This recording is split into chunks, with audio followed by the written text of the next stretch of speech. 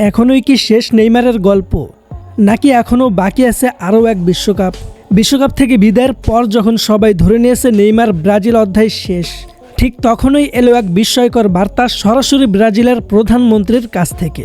বিশ্বকাপের শেষ ১৬তে নরওয়ের কাছে ২-১ গোলে হেরে টুর্নামেন্ট থেকে বিদায় নেয় ব্রাজিল। শেষ বাঁশিটা বাজতেই মাঠে কান্নায় ভেঙে পড়ে নেইমার। সেই দৃশ্য মুহূর্তেই ছড়িয়ে পড়ে সারা বিশ্বে। লাখো কোটি ভক্তের মনও ভারী হয়ে যায়। ম্যাচ শেষে আবেগঘন বার্তায় নেইমার বলেন, আমার যাত্রা এখানেই শেষ, হলুদ জার্সিতে হয়তো আর কখনোও ফিরব না। এই কথার পর অনেকেই ধরে নেন জাতীয় দলের হয়ে নেইমারের পথ চলা শেষ। কিন্তু এরপরেই ঘটল বড় চমক। ব্রাজিলের প্রধানমন্ত্রী লুলা দা সিলভা এক ভিডিও বার্তায় নেইমারের উদ্দেশ্যে বলেন, এখনই অবসর নয়, তুমি ব্রাজিলকে অনেক কিছু দিয়েছো, তোমার কাছ থেকে আমরা আরও অনেক কিছু চাই। 2030 বিশ্বকাপের জন্য প্রস্তুতি নাও, আমরা তোমাকে আরও একবার ব্রাজিলের জার্সিতে দেখতে চাই। প্রধানমন্ত্রীর এই বার্তা মুহূর্তেই ভাইরাল হয়ে যায়। শুরু হয় নতুন আলোচনা।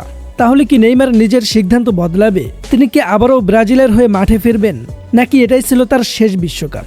নেইমার ব্রাজিলের ইতিহাসের সর্বোচ্চ গোলদাতা। 130 ম্যাচে করেছেন 80 গোল এবং 59টি অ্যাসিস্ট।